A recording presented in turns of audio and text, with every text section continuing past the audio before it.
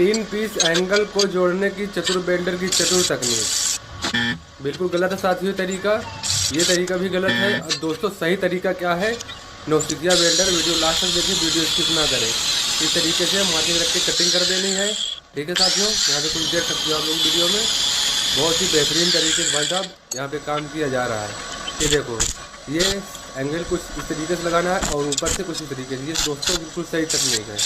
video को like